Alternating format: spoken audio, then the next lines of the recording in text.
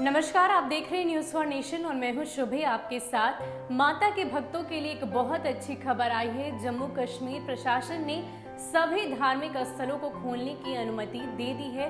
हालांकि इसके लिए बहुत सारे गाइडलाइंस दिए गए हैं जिसके तहत ही भक्त माता का दर्शन कर पाएंगे। इन सभी रूल्स रेगुलेशन को आपको फॉलो करना होगा, तभी आप माता तक पहुंच सकते हैं। बता दें आपको कि करीब 22 मार्च के बाद से वैष्णो माता का जो पट था वो बिल्कुल ही बंद था। कोई भी श्रद्धालु वहां तक नहीं पहुंच सकता था।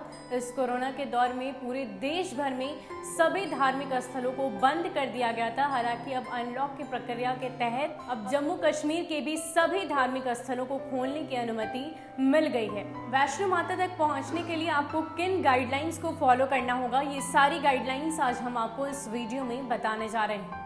केंद्र सरकार द्वारा जारी सभी दिशा निर्देशों का सख्ती से पालन करना अनिवार्य होगा। जम्मू कश्मीर प्रशासन द्वारा जारी गाइडलाइंस के मुताबिक जिला मजिस्ट्रेट को सभी निर्देशों का भली भांति पालन करना होगा। डीएम को कोविड-19 की स्थिति के मुताबिक किसी भी धार्मिक स्थल को खोलने या बंद करने का पूरा अधिकार होगा।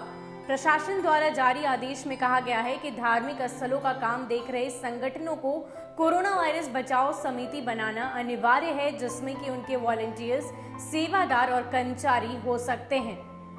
साथ ही साथ सरकारी आदेश में ये भी कहा गया है कि जम्मू कश्मीर के सभी जिलों में लोगों के लिए धार्मिक स्थल खोलने की मंजूरी तो दे दी गई है। हालांकि 60 साल से ज्यादा की आयु वाले और पहले से बीमार गर्भवती महिलाएं और 10 साल से कम के बच्चों को घर में रहने की सुझाव दिया गया है। धार्मिक स्थलों की देखरेख कर रहे संगठनों को इसका अनुपालन कराने के निर्देश दिए गए हैं। सभी श्रद्धालुओं को ऐसी जगहों पर हर समय 6 फीट की दूरी का ख्याल रखना होगा। प्रवेश द्वार पर भी यह नियम लागू रहेगा। इसके साथ ही मास्क पहने हुए लोगों को ही प्रवेश दिया जाएगा। मंदिर परिसर में सिर्फ बिना लक्षण वाले मरीजों को ही एंट्री दी जाएगी। लोगों को मंदिर परिसर में प्रवेश करने से पहले अपने हाथ पैरों को साबुन से अच्छी तरह साफ करना होगा। इसके लिए जरूरत का सामान परिसर की देखरेख कर रहे संगठनों द्वारा मुहैया कराया जाएगा।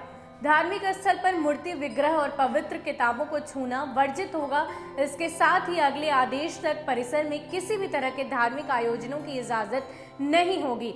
सिर्फ अकेले ही प्रार्थना करने की इजाजत होगी। पवित्र पानी छिड़कने, प्रसाद आदि बांटने की भी इजाजत नहीं दी गई है।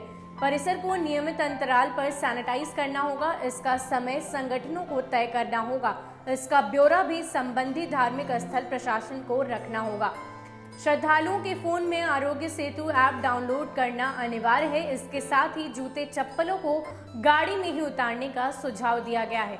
प्रार्थना के लिए इस्तेमाल की जाने वाली दरी या चटाई श्रद्धालुओं को अपने घर से लानी है और वापस ले जानी होगी।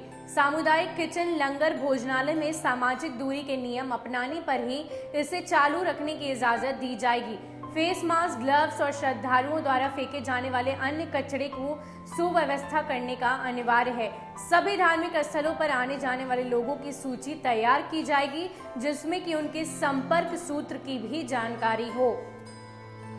बता दें कि मां वैष्णो देवी जी मंदिर कटरा 30 सितंबर 2020 तक रोजाना ज्यादा से ज्यादा 5000 श्रद्धालुओं को जाने की ही छूट होगी। इसमें अन्य राज्यों के केवल 500 लोग ही होंगे। श्रद्धालुओं को ऑनलाइन पंजीकरण के बाद ही जाने की इजाजत होगी।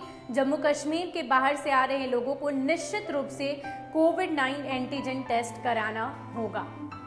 तो ये तमाम गाइडलाइंस हैं जिसके तहत ही आप माता के दर्शन कर पाएंगे। इसमें ये भी बताया गया है कि बिना थर्मल स्क्रीनिंग के आप वहां नहीं जा सकते हैं। साथ ही साथ अगर आप किसी और राज्य से आए हैं या किसी और देश से, तो आपको अपना कोविड-19 टेस्ट कराना होगा। उसके बाद ही आप मंदिर परिसर में प्रवेश कर सकते हैं। इससे पहले आपको प्रवेश की इजाज़त नहीं होगी। इसके साथ ही साथ केंद्र सरकार ने ये भी कहा है वहाँ के जो जिला अधिकारी होंगे उनके निर्देश पर मंदिर कभी भी बंद और खोला जा सकता है। अगर वहाँ किसी भी तरह की परेशानी महसूस होगी तो तुरंत ही डीएम को ये आदेश है कि वो आसानी से अपने ऑर्डर के तहत मंदिर परिसर को बंद रख सकते हैं।